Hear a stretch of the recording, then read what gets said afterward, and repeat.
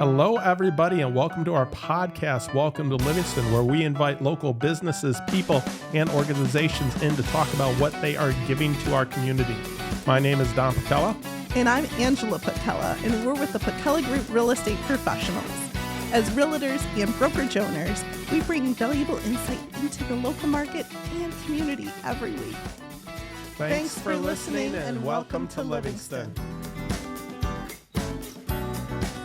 Hello and welcome everybody to another episode of our podcast, Welcome to Livingston. My name is Don Patella. And I'm Angela Patella, and we're with the Patella Group Real Estate Professionals. Yeah, and we are really excited about this show today. We just love bringing local companies on to talk about what they're doing in the community. But before we get started, I just wanted to give a quick shout out to our sponsor. So today's episode of the Welcome to Livingston podcast is brought to you by our valued sponsor, Jim Paquette with Lake Michigan Credit Union. He's a trusted mortgage lender who has lived and worked in our community for many years.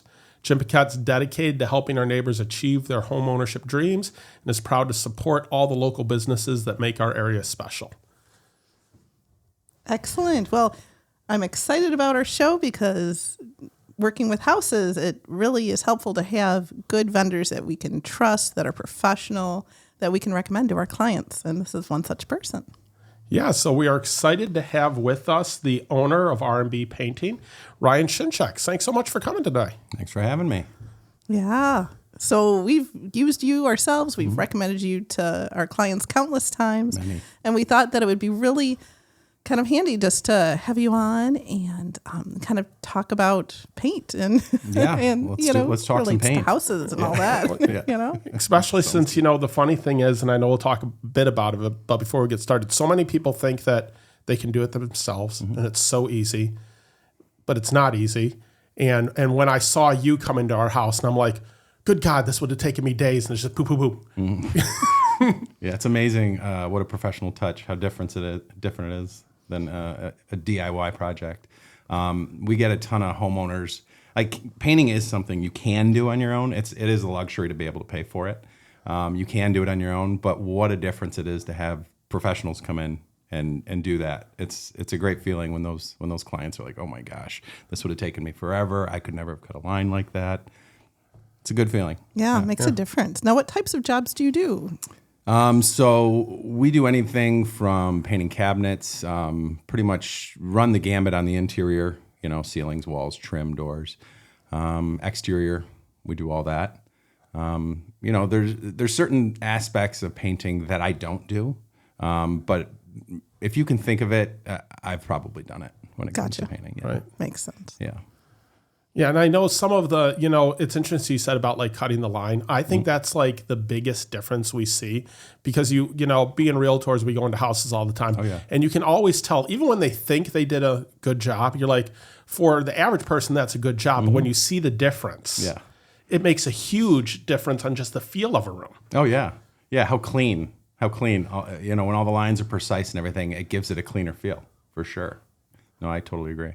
Right. Yeah, and that definitely impacts value, because if someone can tell. Yeah. Whether it's actual value or perceived value, someone's more willing to pay for a house that doesn't need everything to be repainted. Yes, right. So, exactly. Yeah.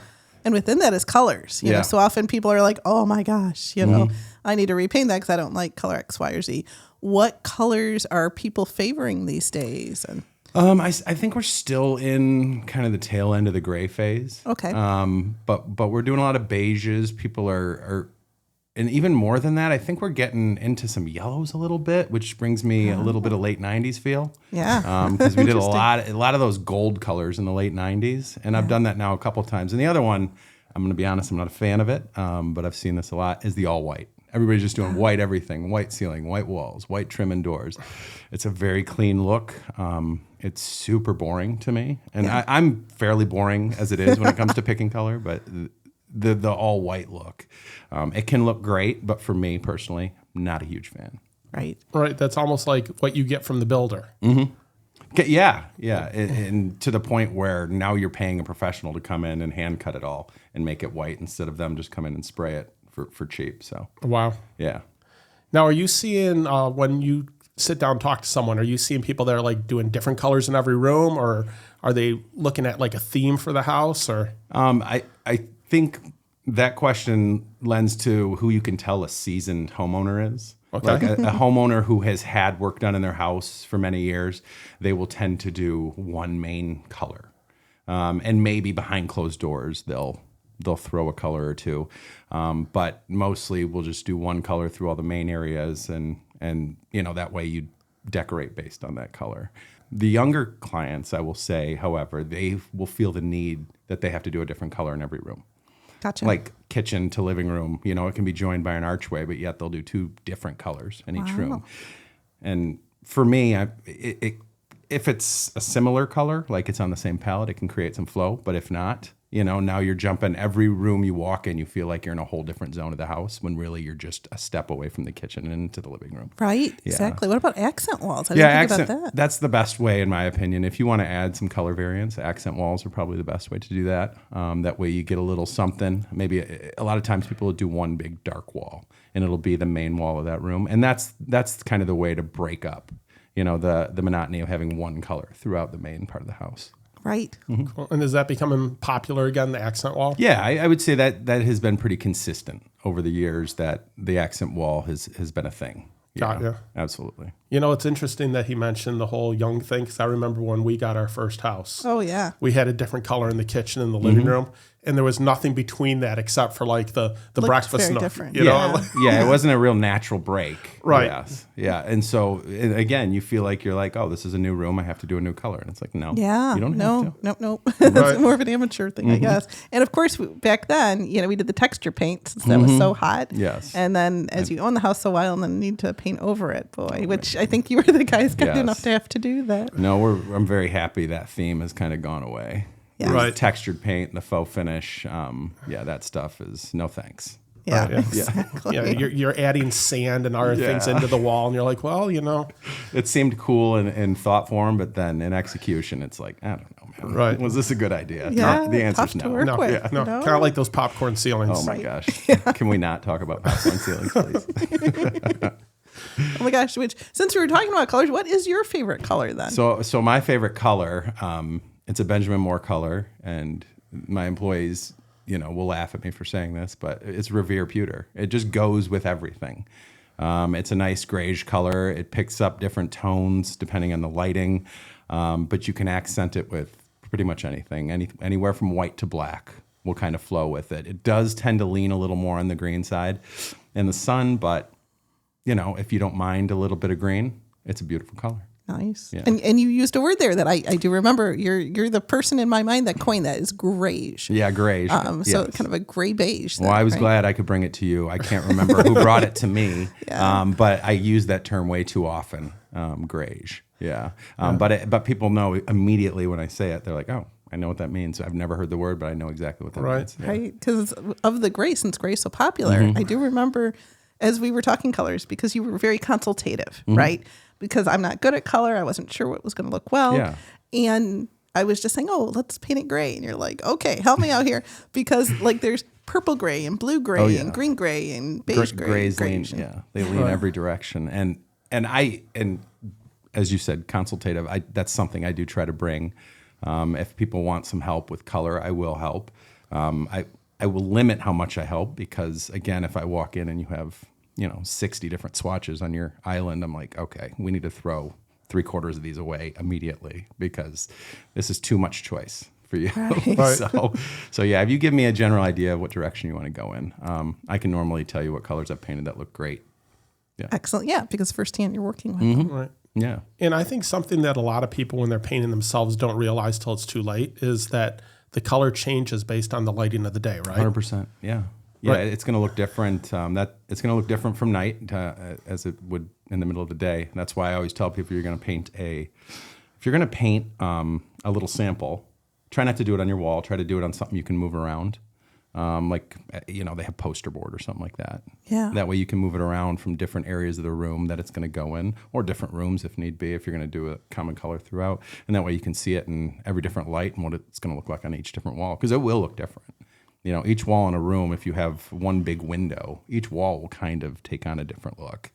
Some people think I intentionally painted one wall different than the wall right next to it. I'm like, why would I do that? Yeah. But you're right, lighting. Yeah. It is, because it's amazing. You'll be in some of these houses where during the day, you know, like we've done a second showing on a house, and during the day, the room's one color, and we come back and it's at night, and the buyers are like, are we in the same house? What's going on here? Because it does pick up the different things, and that's something to think about when you're choosing paint color. Yeah, 100%. That's why, you know, these decorators, I work with a few different decorators, and, you know, they go through all that. They go through, you know, the light, the dark, how's it going to look in every different angle. And yeah, they're the real winners when it comes to picking color. Because honestly, every color I've come to like over time has been picked by someone with either great taste or a decorator. Gotcha. Yeah. And it just, since you work around it, you're familiar with what some of these winners are. Yes, you got it. Cool. So, hey, I wanted to talk to you about, you mentioned cabinets. So how does it work when someone calls you up and they're like, hey, I want to change the color of my kitchen cabinets? Yeah. You know, of course I go there. I'll look at everything that they have, whether it's a pre-finished cabinet or if it's, you know, if it's a stained wood cabinet. It's kind of, doesn't matter one way or the other, but it does help with tone. Like if it's already white and they want it to be still a light color, it's probably only going to be 2 finish coats instead of 3. So that's helpful to know, but it's all going to get primed. But yeah, I mean, it's every set of cabinets is different. You know, some have glass doors, some have just solid doors. So I can't just count doors and drawers and say that's how I do it. So I go there, I look at it, see how many little cuts there's going to be, how many different angles, how big are some of the doors, and then you kind of do it based off of that, how much time it's going to take you, and you kind of work it backwards based off of that. Got you. Yeah. Got you. Because I know it's a transformative thing for people. A lot of people don't realize that they can paint their cabinets. Oh yeah, yeah. I mean, any finish can be painted if it's got the right primer on it. You can pretty much paint over anything. Absolutely, yeah. It really changes the look, too. Oh, it changes the look immensely. I just did a set of cabinets where they were already an off-white, but they hated that it was just slightly off-white. They just wanted them white. And it was amazing just taking it, you know, maybe 3 tones from white and then bringing it to white, how different all of a sudden their kitchen looked. Just based off of that, because then it matched the rest of their trim and kind of the theme of the rest of the house. And it had a big open floor plan, so it definitely changed that kitchen. You know, more than you would think, only going a few tones away from white. So interesting. Yeah. That is interesting, because you don't think about how a color can throw things off. Oh yeah, yeah. Even if it's just that subtle, you know, you're just looking at a bright white next to an off white, and you're like, that bothers my eyes. I don't like that. Right. Yeah. Interesting. Yeah.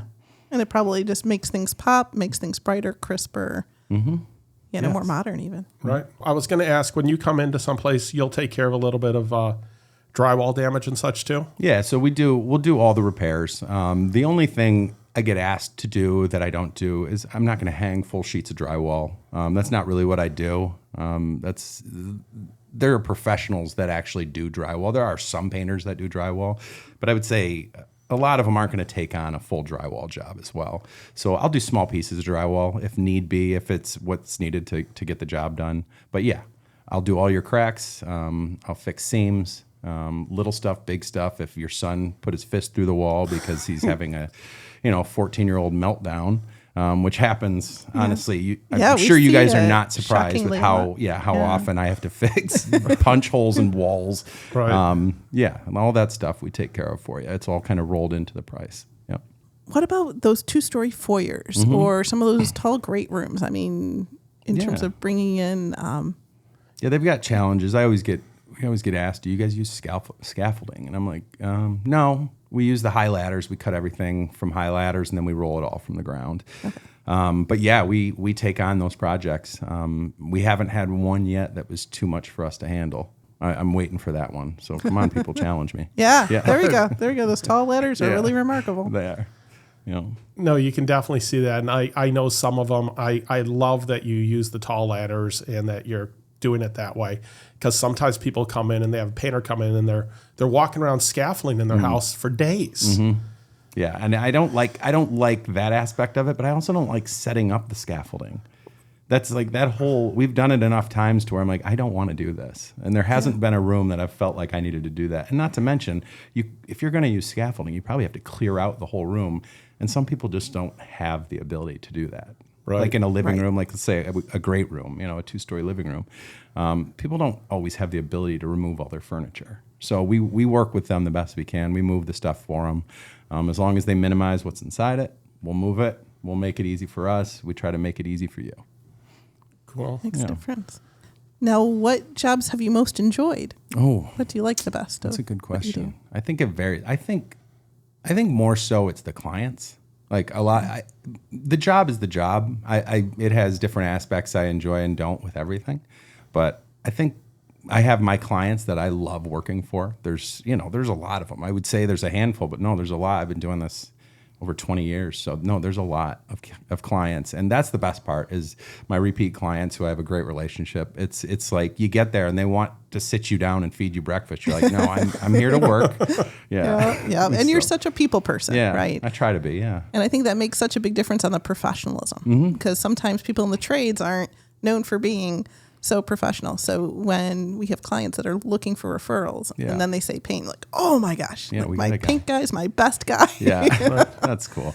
Yeah, I think what helped with that, honestly, was my dalliance doing real estate. It helped me to deal with people when they're making these big purchases. Yeah. I think that helped me understand kind of the perspective of them. And you just really need to show them some patience. Especially when some people, this is the most money they've spent on a luxury item in their life, to have me come in and paint their whole house. So you want to be patient with them. And you want to make sure they know that they're being taken care of and that they can trust you and the people that you have bringing into their house. So Right. Yeah. Because there's the competence, the reliability. And frankly, especially in using you, we've always felt that your pricing was fair and reasonable. Yeah. And I mean, that's pretty much all the things that you want most out of. Yeah, my goal was never to be rich and be a millionaire. My goal is just to, work, enjoy life, and take care of people and do right by people. Yeah. And as long as I can make a living doing all that stuff and doing something I don't mind, and most days I honestly enjoy getting up and doing, I'm winning. Yeah, as you're doing it, you can totally tell just how good you are, but how much you like it as well. Oh, I do. Yeah, I do enjoy it. I know it seems weird for people to think you get up and you paint every day. I didn't always enjoy it, to be fair. Probably the first 4 or 5 years when I was doing it as just a job to kind of get through to the next step of my life, I didn't love it. And then I started appreciating the actual grind, the actual job, the detail work, taking care of the clients. And then all of a sudden it felt like, I was like, you know what, I actually really like doing this. And then once you get so comfortable with something, the days kind of feel easier, Yeah. and that part I like too. No, it's a tough job too. I mean, and you do it is. so well. So our son that's in college last year, he took a job as a student painter for one day. Okay. So he got. Well, he took it for longer, but it lasted. It lasted. It lasted one day. So he got offered the job. He's like, oh my gosh, they're paying really well and everything. And he went to the first day and everything and, didn't have a good supervisor. And they kind of just, nothing against some of these companies, but he's like, he came back. He's like, I've never painted before. They just handed me a bucket of paint and said, start painting. Yeah. That's the student painters. That's what they do. Yeah. But that's the thing of it that, it's amazing the quality you get. You get what you pay for in life, right? Yeah. I think the longer you live, the more you realize that you get what you pay for. Yeah. When it comes to 100%. that. Yeah. I'm not sure I'm always the lowest bid when there's multiple bids. But I think people will meet you and identify the human and have that conversation and be like, okay, he may not be the lowest, but you're not the highest. But I'm not either. the highest. I would say more often than not, if people have 3 bids, I'm not the highest. Yeah, Right. No, exactly. No, and sometimes I am the lowest, but I don't think I've ever been told I'm the highest. Yeah. Yeah. So, Yep. So how does the exterior painting work? okay. Big ladders, as Right. you know. I go side by side with it. We'll prep a whole side, or the other way to do it is if it's trim siding all separate, meaning the trim is one color and the siding's another color. We just knock out the trim till it's done, and then we go siding and then do our touch-ups after that. Got ya. Yeah, but first and foremost, caulking, because every exterior that needs painting, we all know needs a bunch of caulking traditionally. Yeah. So if I had to pick a least favorite part of painting, caulking. It'd be the caulking. Yeah, caulking is it gets all over your fingers, and then I'm always wiping it on my pants, which Brett, who works for me, is always telling me, that's why your pants look like they do. After like 1 week, they're just totaled in an exterior. So, but yeah, a lot of prep with exteriors. A lot of prep, yeah. Yeah. So, and I know, you paint the wood exteriors. You've done aluminum, I'm assuming. We've done vinyl. Vinyl? We have done aluminum. It's very rare these days to see aluminum, Not as especially much. out in our area. Right. We used to see it. I used to see it a lot more when I worked for my uncle when I first started out in Plymouth, Livonia, kind of those older neighborhoods, especially Livonia. You'd see a lot of that. But not so much. And some people don't know that you can actually paint your vinyl. You can paint your vinyl. There's actually a paint from Benjamin Moore, Regal Select, that's actually meant to go over vinyl. Once you paint your vinyl that it needs to get repainted, like how long does that last? It depends really how much weathering it takes, whether it just gets full sun or not. Like you're always going to have a side that's going to wear pretty fast compared to the other, and that's going to be the side that gets the most sun. So I would say with Aura exterior, traditionally you're going to be, it'll fade out, but I'd say 10 years. You're going to get a good 10 years. That's not bad. Yeah. That is not bad, yeah. Yeah. Because that's the question people ask, like I don't have to replace my vinyl siding, Right. but if I paint it, now I'm adding maintenance that I may not have had. Yeah, and the maintenance will just be that it fades over time. With Aura, you shouldn't have, or with Regal or Aura, you shouldn't have any peeling when it comes to those exterior products. That's not really what it does. What it does will fade over time. So you'll just want to freshen it up so it actually pops again. That's more likely what you'll need to do. Got you. Yeah. Got you. And then one other question, I don't even know if you'll know the answer to it, but like HOAs. So you're going to talk to someone and they want to change the color of the outside of their house. Sure. And maybe they may not have thought about the fact that a lot of times you need permission to do that. Your neighborhood. Yes. Yeah. Your current neighborhood.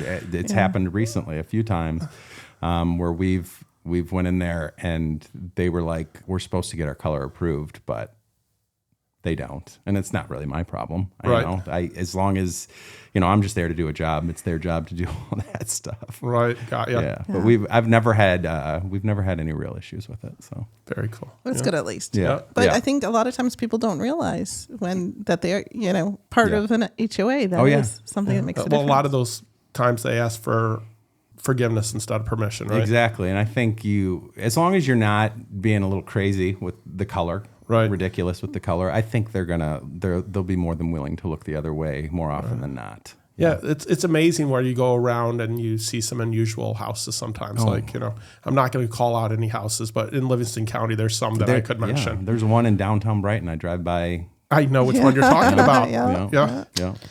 Well, and every now and again, we do get clients that are like, oh, geez, this house would be so great, except we just hate the color of the outside. And Sure. Just reiterating the ability to It's just paint. Paint's you can fix it easy. Right. And we've had plenty of clients too that hate the color that we just painted that they paid us to paint. Yeah. And then they'll pay us to paint it again. Right. So, Yeah, because till it's on the wall, so you don't necessarily know what you're going to get. no, it's just paint too, right? It is. It's not permanent, right? But it gives you it's one of those things that can change the complete look of a room of a house. Yeah, I've always said it's probably the cheapest thing you can do to update your house.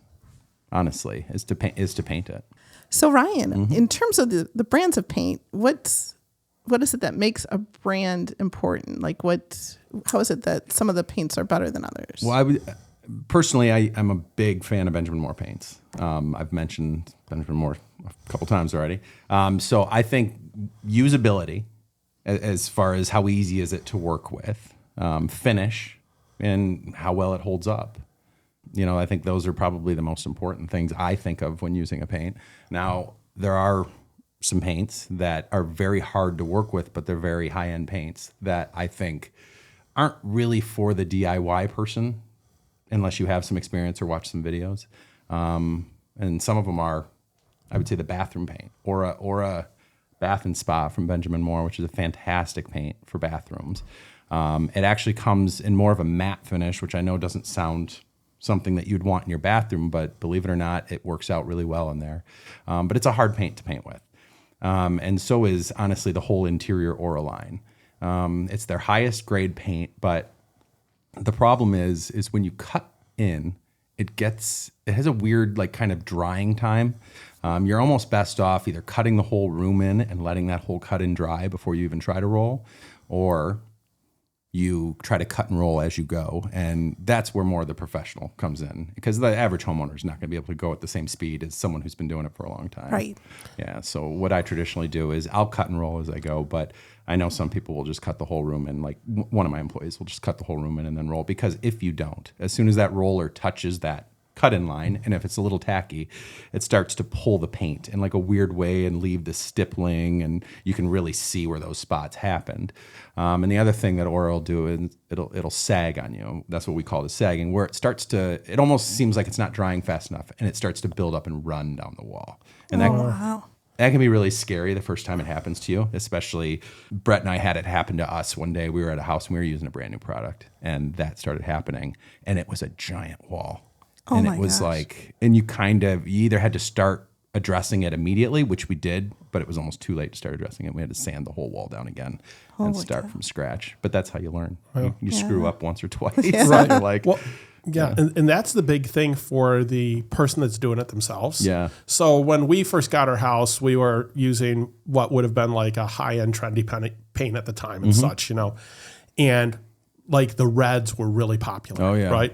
So we decided to have this nice dark wine type red that we were doing in our kitchen, and what should have taken a professional like 1 or 2 coats took us like 7 coats to get it right. well, I'll ease your mind a little bit here, Don.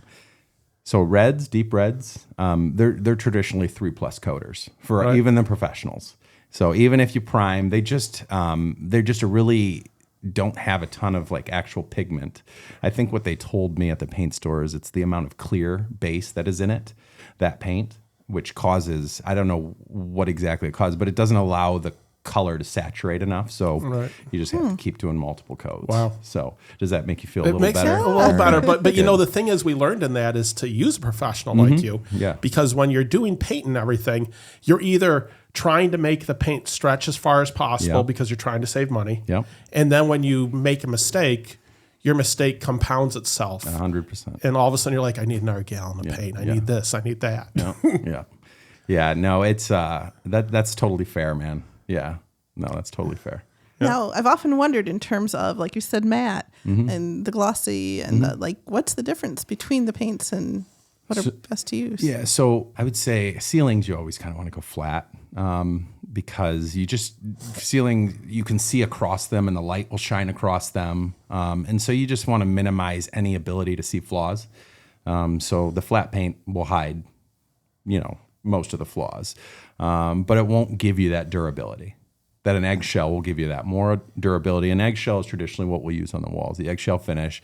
It's supposed to be washable, and it doesn't touch up as easy, but it will give you that harder finish and shouldn't have issues as easy as a flat would, if that makes sense. Like you can touch it with your finger and it's not going to pull every bit of oil off of your finger like a flat paint would. Gotcha. And then I know you can go semi-gloss on trim and doors. I traditionally like a satin finish, especially if I'm using a Benjamin Moore product called Advanced, because it softens. It still gives you that hard protection, but it's softer. It's not super shiny into your, that's one thing I'm not a fan of, is super shiny when it comes to painting. I just did a job where the person wanted high gloss on all their door and trim, and we did it, and it looked fine. And it'll never, absorb any oils from your finger, and it'll probably stay looking nice and be easy to wash forever. But every time I walk into that house, I'm going to look at it, and I'm going to literally cover my eyes because the shine is insane. So yeah, I like a nice satin finish on the trim and doors. And basically, those are the 3 finishes I use. Every once in a while, we'll use a matte finish, and that's more so on that Aura Bath and Spa. That's when I use it. Or if people want the look of a flat, that's where you go. You go that matte finish because it gives you the washability of an eggshell, but it kind of gives you that flatter look. Now, is it really as washable as an eggshell? I don't know. I'm going to be honest. I might call BS on that, but it does look nice. Yeah. Right. So It's an option. it is an option. Right. Yeah, I'm hoping that look from the 80s where you had the trim that like looked really shiny all the time doesn't come back. Me too. Because honestly, it's not fun to paint that high gloss stuff. I can only imagine. It shows everything. Right. Yeah. Yeah. Well, and I feel like when we see that in homes, it does make it look so much more dated. Yes, I agree. Yeah. Yep. Or it feels like I'm in a hospital. It's a little more True. industrial. Right. Yeah. Yeah. But I know people love to hear about durability, especially if they have kids and such. And, you have that spot on the wall where they've gone with the crayon and Chadar things, and there's some ability to take some of that off. Yeah, and there's some of that too. There's a product called Scuffex that we use. It's a high traffic paint. The only negative to that I would say is its fumes are a little more intense than some of the other paints, because I'm pretty sure it's not a low to no VOC paint. I'm pretty sure it's got all the VOCs. But it allows you to those high traffic areas. Like I'll use them in commercial, if we're in a commercial building, or if a kid's bedroom. That's traditionally the best places to use that stuff when that kid's, a young kid that's going to grow up in this room and wreak havoc on it. It'll give you the best chance of protection. So there you go. Yeah. We've talked a lot about some different things in paint and such. If you're going to give some advice to someone that's doing it on their own, what would you tell them? Buy good products. Like buy, not even necessarily the paint. I think you can get away. There's a lot of decent paints. Like every brand of paint will have a nice paint. Whether it's Behr, Valspar, Sherwin-Williams, Benjamin Moore, there's quality in all that. But I would say don't chintz out on brushes, and don't chintz out on your tools that you're using. Yeah, right. And make sure you prep. Good prep. So taking their time. Take your time. And don't be afraid to have to fill something twice. Like don't try to get it right the first time you try to patch something. Let that dry and patch it again if you need to. I think too many people will try to fix things in one swoop, and it's like you can tell you tried to do that in one swoop. Right. Yeah. So those rollers and those brushes that they've been cleaning out for 12 years in their garage, probably not a good idea. No, I mean, I pay. No, it's not. I love it when I see someone if I'm at Lowe's or Home Depot and they're buying the kit, the little tray and roller, and I'm just like, oh my gosh, good luck, man. That's gonna be a struggle for you. Yeah, the $1 brush that comes in a little plastic bag. Yeah. All right. But no, I would strongly recommend buy the right products. I mean, my brushes they're probably $20 a piece, roughly. So, that's not the most expensive thing in the world, but for a paintbrush, that's expensive. Right. And it's worth it. You feel the difference. Got you. Mm-hmm. So it looks nicer and easier for. Yes. Yeah. I mean, it'll make your job easier. Having nicer materials makes your job easier. And I'm sure you guys know, you guys have done projects at home. It's amazing when you buy the right materials to use, how much easier that job becomes. Right. Or even taking your time. Mm-hmm. Right? And taking your time. Right. Because anytime you want to half-ass something, then it does not turn out. And painting is one of those projects you probably go into it with the idea, I'm going to take my time, and about halfway through it, if you're a DIY, you're like, I just want to be done with this. And you're like, forget it. Yeah, they don't realize everything that they put into it and everything. So our advice is hire someone like you, a professional. I would say that's the only advice is hire me. Yeah. Yeah. Yeah. Makes it handy that way. So cool. Yeah. How would someone get a hold of you? They want a quote. Mm-hmm. They're like, hey, I need to freshen my look. Okay. Easiest way is phone number, call or text 810-923-8098. Or you could email me at randbpainting17@gmail.com. But I would say the easiest way is just reach out to me. Yeah. Via phone. Yeah. And we'll have that in the show notes. Perfect. That way people can reference it. Cool. When they're, off being on the road or where they're listening. Well, if you're thinking exterior too, by the way, you should probably get on the books sooner rather than later. That is one of those things I always try to warn people. I'm like, by late spring, we're full up for the summer. Oh. So I'm doing, like today when I leave here, I've got 2 exterior quotes and then I've got an interior quote. But 2 exterior quotes. I mean, we've got snow on the ground. It's 20 degrees outside, but people know, they're like, we got to get ahead of the game if we're going to get on somebody's schedule. So. Right. Well, and those exteriors, those are one of those things that a lot of people wait till it has to be done this year. Yeah, I'll get calls. I'll get calls in probably mid-late July, and it'll be that. It'll be those people that have procrastinated and probably have to get it done this year. They've got rotten wood, and plenty of areas that need to be caulked up because water's just getting through. And they'll tell me, they'll be like, "It has to be done this year," and I'm like, well, this call should have happened probably 2 months ago. Yeah. And to all those people, one point of advice, when you have wood, trim, and everything, please, for the love of God, clean your gutters out. Oh, God. Because it's causing so much damage to your wood that you can easily solve. Yeah. Oh, yeah. Because it's causing water to back up, leak over, and then that wood is just rotting away. Right. Yeah. And then it just causes, it's just money on top of money after that. Yeah. And then you see it all winter long. It's dripping from the wrong places and everything. And, that's damage that you didn't need to have. Of course. It could have been prevented. But isn't that most home maintenance is the Yes. stuff that could have been prevented, but we all drag our feet a little bit because we don't want to spend the money. And then when it comes time to spend the money, we're spending more than we originally would have spent. Exactly. Yep. Yeah. Some of our listings. Yeah. Sometimes people Yeah. are like, oh my gosh, now that I'm finally listing the house, I have to do X, Y, or Z. Yeah. Yep. And then they wish they would have done it a long time ago because they're like, oh my gosh, now I don't get to enjoy it. I did this for the next person. Yeah. Yeah. So Exactly. But in terms of the interior, your lead time for booking on that. So lead time for interior work right now is a little sporadic because I've got 4 contractors that I have several jobs with that they're just not ready. And so we're probably, I would say any given time in the winter, we're 2 to 3 weeks out. And then as we get closer into the summer, we can be anywhere from 2 to 4 months, depending on, how things are going. So generally speaking, it's better to reach out early Yes. to be able to get on the schedule. Yeah. Yes. And smaller stuff, I can always, I can find a way to work it in. I've got Nikki who always wants to work weekends. I don't mind working some weekends here and there. So we'll make things work especially for you guys. There's been plenty of times that I've had your clients, they'll buy a home and they'll want to get us in before they move in. Maybe they didn't give us the biggest heads up, but we'll take care of them. We'll make it work if we can. We you always guys try. really Yeah. take good care of them. Always. Yeah. And we've had the emergency call when we're listing a house. Yeah. It's like, we have a bright yellow kitchen. Yeah. We Can need we help. get this done? Yeah. You put up the paint symbol in the sky. Yeah, exactly. Makes it kind of fun. Yeah.